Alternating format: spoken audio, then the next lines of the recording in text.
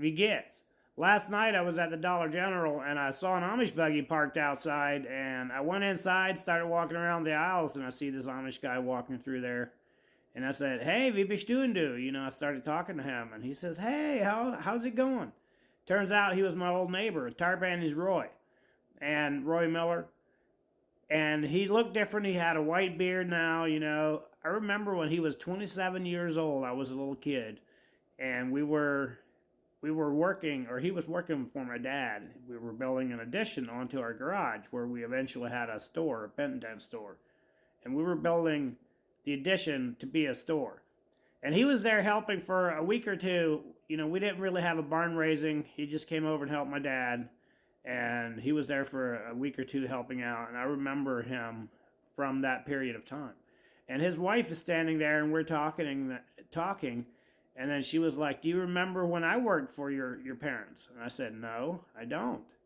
Turns out she was the maid when my younger brother was born when I was 3.5 years old. So when I was 3.5 years old, she was working as a maid for my mom in the house while I was running around. So she had all kinds of stories about how rowdy I used to be. I guess I was a little rascal when I was a kid, but always talkative too. She said I asked a lot of questions. But it was really good to see them, and we talked for a little while, and they said my parents are doing good. They had actually just seen my parents the day before. They had been at church in my parents' district the day before, and they said they're doing really good. And we talked about some of the people we knew, and it was a good time to just kind of talk to them and get to hear some of the stories and relive some of the memories, from my childhood. And we swapped a few stories about back in the day when we were there working. I remember my dad got upset with me because I left a hammer laying out in the yard. I was probably 8 or 9 years old at the time.